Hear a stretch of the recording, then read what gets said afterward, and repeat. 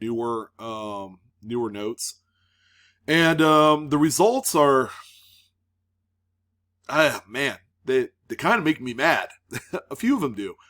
Now I've come to the conclusion, looking at the overall just lineup of paper money, and these are all, by the way, notes with 2017 dates on them, which is the current series that we're in. 2017A actually is the most current series we're in. But I've come to the conclusion that it is a lot more economical. It's a lot faster to pull some pretty shady stuff with paper money. And let me show you guys a few examples. So 2017 $10 bill, huge printing error. Apparently the person that sold it doesn't even know what kind of printing error it is. Usually if you know your stuff, you'll know the type of error it is. But for someone that will go out and say a certain printing error and not really know what it is, okay, is a huge red flag. But you can see that the attempt to add the front overprint to the back of the note, all the while the note already has the overprint, which is that third print, the district seals, and the serial numbers. You can't have both. It's either one or the other. I haven't seen it, and we'll never see it. Because when the sheets are printed with the third printing or that overprint, it's either going to be the back or the front. Okay, the back obviously is going to be done in error, and the front is going to be blank. But this one isn't. This is fake. This is a fake error. And as you can see, thinking about, I mean, that black ink is just all wrong. It's all wrong. The whole thing is wrong. And why is there only one set of serial numbers on the back? It just doesn't make any sense. But why? Why? All right. It's easy. It's easier for someone to manipulate a piece of currency for their own bidding to command either the same or more money than counterfeiting errors on coins, or just straight up counterfeiting coins, cast counterfeits, electrotypes, modifying a current existing real coin. All right. This is stuff that we've seen, but it takes more time, more effort, sometimes more resources to be able to do that with coins than you would with paper money. So, if anything, this is more of a PSA, like, hey, be careful with what you see out there. I mean, there are a few notes that are in graded holders, and that's cool, okay? That's going to be your best bet of really trying to identify a genuine error, is just to send it off to Paper Money Guarantee, who is a branch of NGC, or Collector Society, or send it off to PCGS Currency, two of the more trusted grading and authentication companies out there today. 2017 Federal Reserve obstruction error. I looked at this one, and to some of you, you're going to look at it and you're like, that's kind of funny. But crazy as it seems, it looks to be a legitimate error. Like during the printing process, they had stopped the print and there was an obstruction somewhere on there that looks to be either like a piece of tape or something. And it didn't quite print out all the ink that it needed to. What's kind of strange about this is that it's on a newer note, and this is something generally that we see on much older notes. Not super old. Like I've seen these type of anomalies on 1980s notes. Now I don't know if my computer's running slow, but yeah, there's no pictures here of the front of the note, which is strange. But it's a completed sale. Let's see. $2 bill, ultra rare VGC mint, fast shipping. Don't even know what any of that stuff is. This is all just kind of like mumbo jumbo to make you believe that it is something more than just a $2 bill. And if you can't even orient your friggin' pictures correctly, so that way it looks horizontal and not vertical, then that's even more of a red flag. Because when it comes to today's way of selling online, presentation and advertising is everything.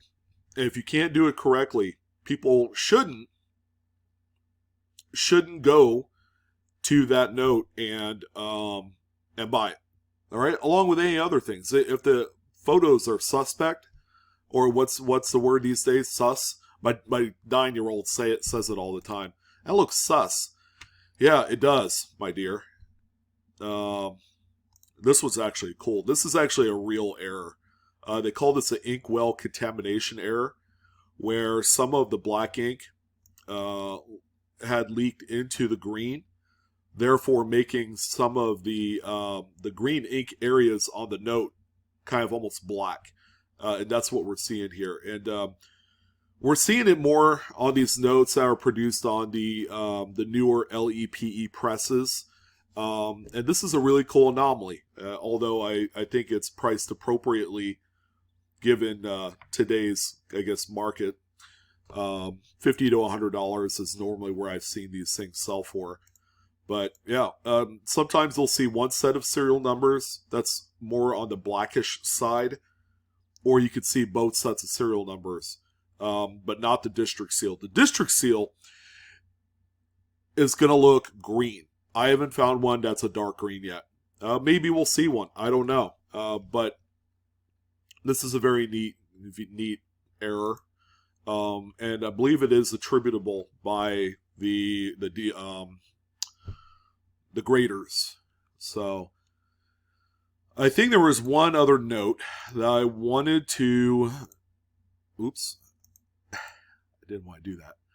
So we'll just do that. There is one other note that I wanted to show you guys that is so obvious and so egregious. I mean, other than these major ink smear errors, which look completely, totally wrong. You know, someone dumped actually a jar of ink on these things, and they're incorrect with the type of error that they're at. But we had a sucker buy these for $50 a piece. I would imagine probably the same person, but come to find out, these are post-production fakes. The notes themselves are real. The error is fake. This one right here, insufficient ink error, $1 bill, 2017, sold for $40 back in May. This is unfortunate. So when we have insufficient inking on the note, generally it's going to affect just one layer of printing, either going to be the first, second, or third print, but not a lot of it. Okay, and when you look very closely at this note, get a little bit closer there for you, you're going to find that this first print, where you can still see the one United States of America, I mean, it looks to be pretty insufficient inked. You know, like the ink, it was running dry, and it couldn't print up everything that you wanted to on this note. But if you pay close attention to the overprint, you're going to find areas like the bottom of this green seal right here, where it's a little bit light, and it looks to be that, as a matter of fact, there's a lot of parts on this district seal that I don't personally like at all. And considering that this is overlapped onto the letter or the word 1, sorry, I can't even talk this morning, that this is a very delicate area for things like bleach manipulation. Okay, which is, I firmly believe, is what's going on here. Some sort of chemical alteration got this note to where it's at right now. I mean, if you think this is bad, you guys should take a look at the reverse. So the reverse is not supposed to be insufficient inked as well. It's either one or the other. I mean, not in the most perfect of worlds. I've never seen or witnessed, and believe me, I have my finger on the pulse of the currency market. I've never seen a double-sided insufficient inking error on any note ever. All right. And this, like I said, it is something that will generally bring a lot of attention to what we have here, and not in a good way. There's a lot of people, I'm sure, who are error experts in currency will look at this and know exactly what's going on. Like, this is not good. But you can see, just in the first like 10 to 15 listings that we went through, there's a lot of shenanigans going on. There's a few kind of cool ones like miscuts. Here's a missing ink error, 2017. This thing looks like it was just washed in a pair of jeans at one point, but normally when that happens, you get some of the bleed of the blue of the jeans that soak into the note. I've seen it quite a few times during my time of in numismatics, but yeah, everything's inconsistent. There's a lot of like some bleeds and all that stuff all around there. So there's a lot of chemical interaction that's going on here with this note. And it's damaged is what it is. It's not a real genuine currency error. So the next thing I want to look at that's not as negative. God forbid we ever get into more negative stuff. We're going to take a look at 2017 fancy serial numbers. Believe it or not, there's been some bangers that have sold here just in the last 90 days, and I'm going to go ahead and share a few of them with you. I don't know what this one is here. Whatever it was, it sold for a lot of money, I would imagine. So while that's loading, so we have a couple folks selling $1,000 face in these BEP bricks, okay, which they are available. You can find these. But you're going to have to really ask a bunch of people to find out where to find these. They don't come very easily, but if you're close enough to a Federal Reserve Bank, that's going to be your best shot. So if you're like, say, in San Francisco, St. Louis, Chicago, New York, DC, these areas, the banks closest to the Federal Reserve Banks will have the ability to grab some of these BEP packs, but you can see that they're selling for a quite substantial premium for hunting fancy serial numbers, errors, and star notes. There are three biggest things right now in currency that people are looking for. So we have a $20 bill, 2017A, with straight fours. So we have a fancy solid 4 serial number. Let's see how much this one sold for. I even show you how to use one of my favorite tools, 130 point as well. So this will take a moment to upload. How's everyone doing? You guys getting ready for a little hunting this weekend? World's Fair of Money, of course, is still going on this week in Chicago.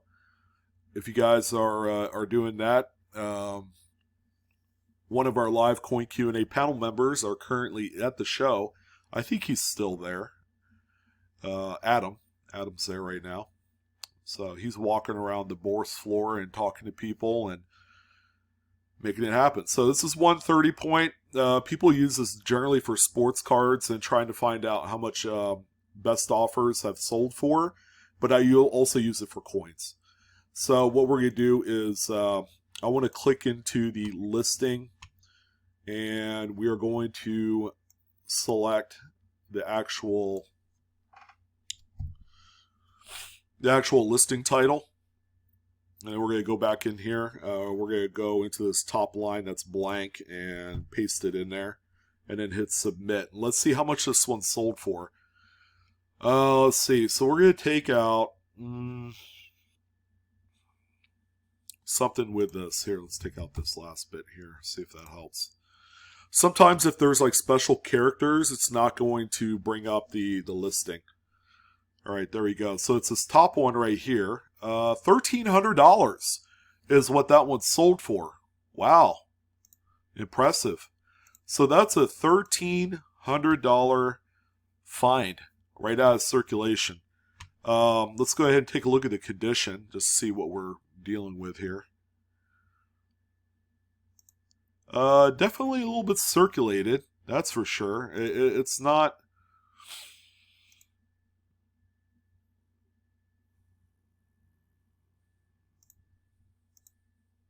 There you go.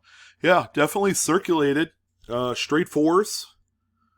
That's quite a nice find. So $1,300 is what that one sold for. Let's see what other ones we find here. So there's a 6 of a kind, which, you know, that's kind of like a very medium fancy serial number. It sold for an amount of money. I'm not going to check and see, but we have a $200 strap, brand new 2017 $2 bills, sold for however much it sold for. Single digit, low, super low fancy cereal. I like this one.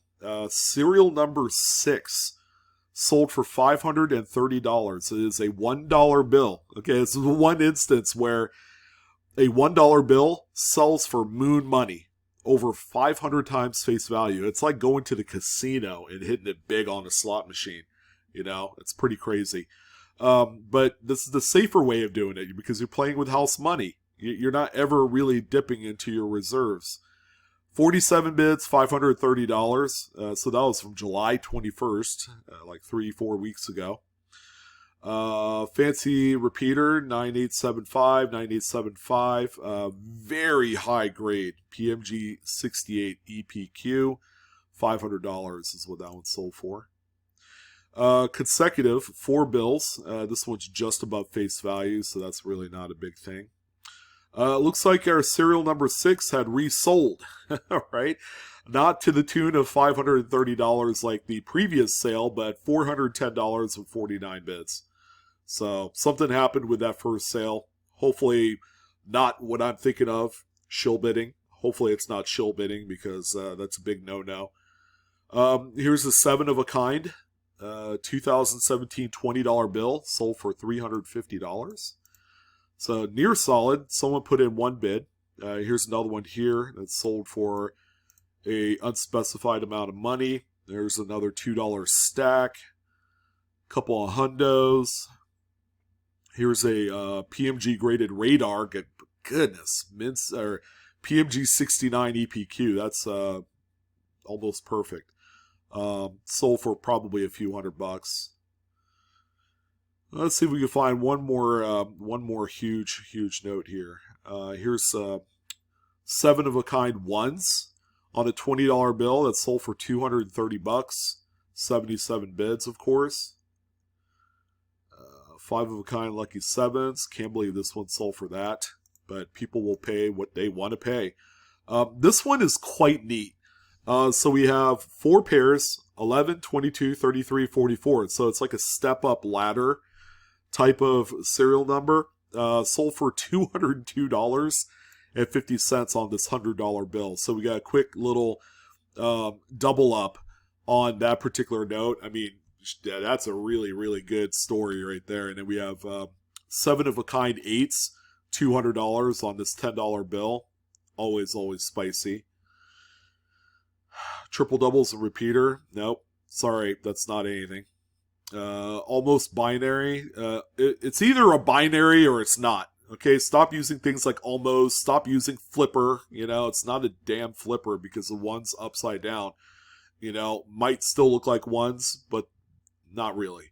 Yeah, I'm a little salty. I'm more salty about the shenanigans going on with the errors than anything else. So, 6 of a kind 8s on this $100 bill, so probably made $50 on that one. Yeah, I mean, this is quite minor, all right, and very available. There's actually a number of them that exist out there based on number patterning.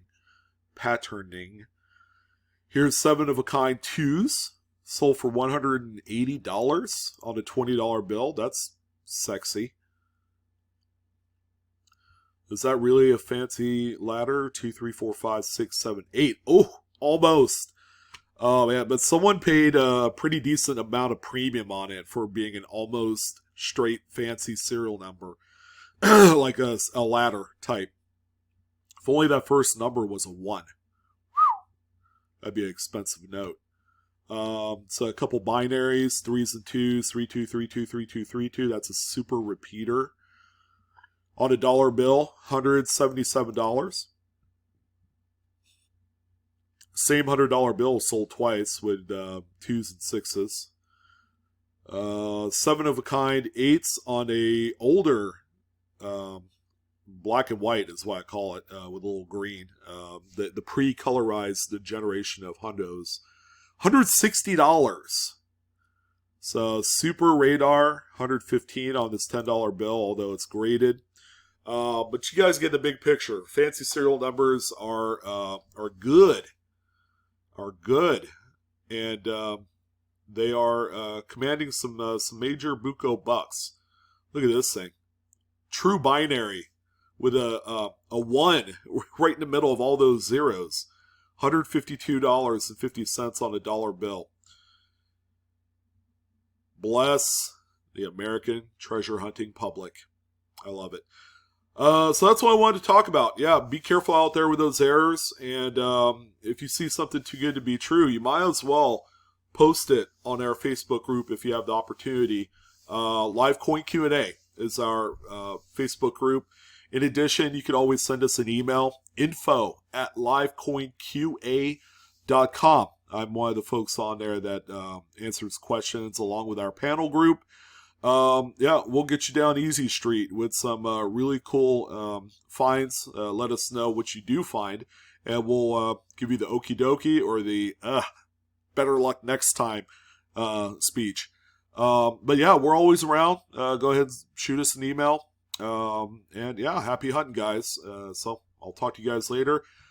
Sean with Blue Ridge Silverhound. Have a good day. I'll see ya.